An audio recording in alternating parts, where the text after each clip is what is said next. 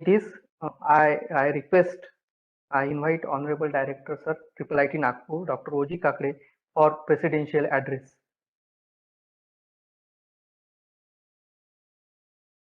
Please unmute, sir. So now I am audible? Yes, sir. Yeah, so good evening, everybody. Dr. P.M. Parlewar, chief guest for today's function. Mr. Akre, guest speaker. Dr. Daryapurkar, who is responsible for organizing this event. Dr. Kothari, Mr. Dakle, our registrar, my dear colleagues and students. I welcome you all to this NLAP program organized by IIIT Nagpur on National Education Day. So we have combined both the activities, celebration of National Education Day as well as this NLAP.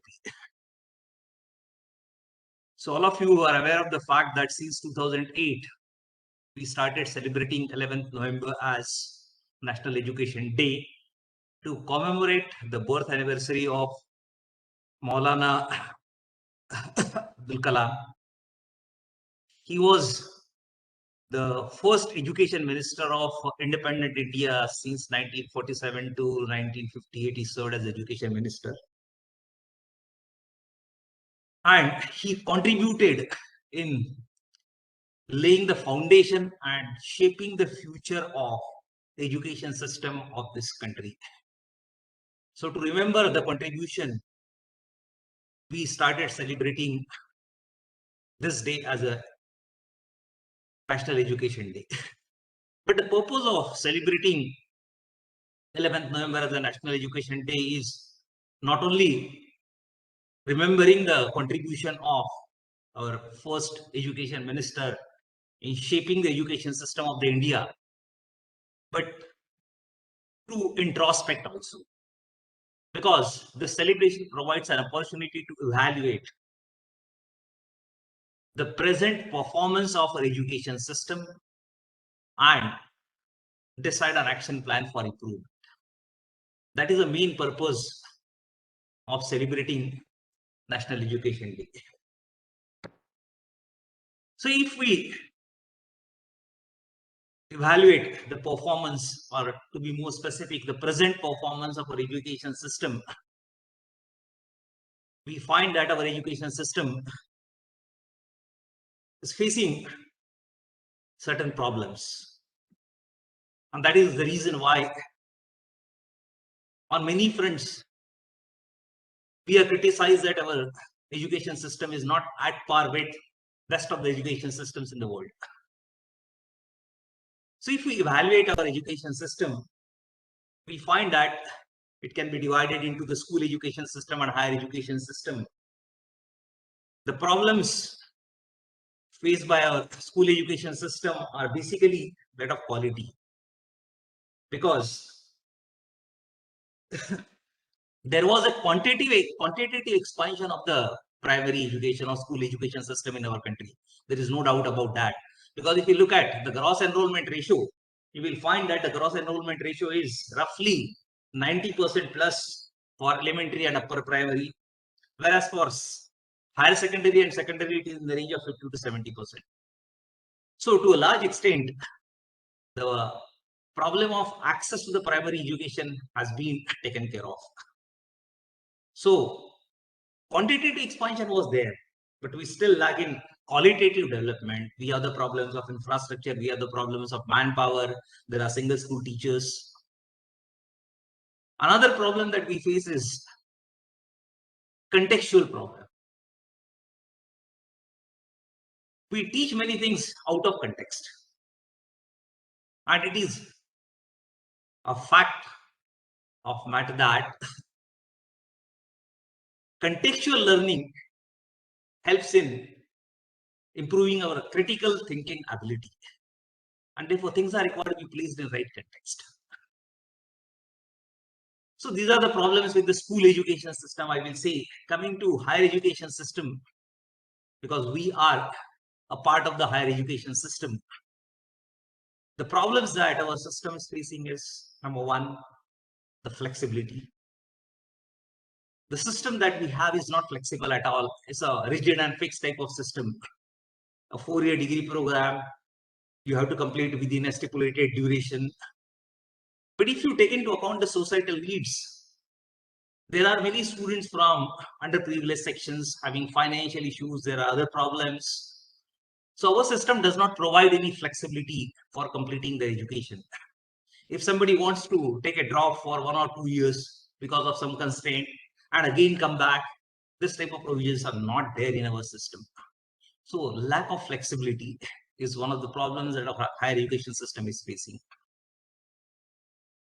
Another problem is we are not keeping pace with the changes that are taking place. We are living in an era of convergence of technologies. And therefore, multidisciplinarity is a need of the hour. But you find that our system is not multidisciplinary in nature. We are still having prototype compartments at many places. In many institutions, when we recruit the teachers, we specify that you should have degree in so and so discipline only, and we verbatimly check whether you are having a degree with that title or not. A minor deviation here and there we don't permit. So we are not keeping pace with the changes that are taking place. We are in an era of cooperation, not of confrontation, in an era of cooperation, of convergence of technologies. Third problem that we face is, or our higher education system is facing is, we are not focusing on outcomes.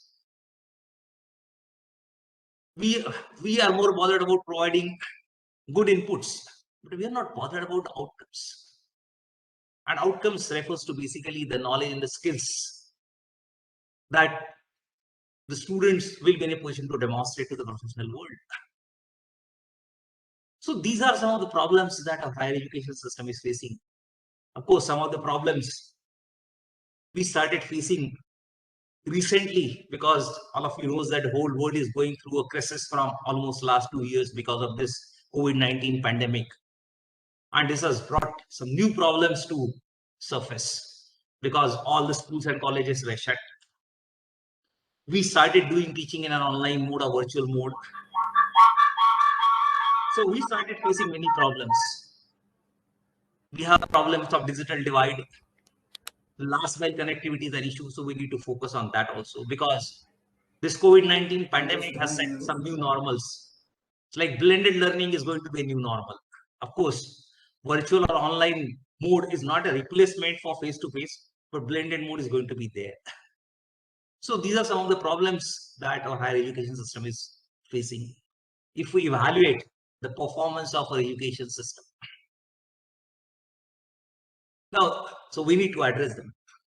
So all of you are aware of the fact that on 29 July 2020, our Honorable Prime Minister has launched the new national education policy called as NEP 2020.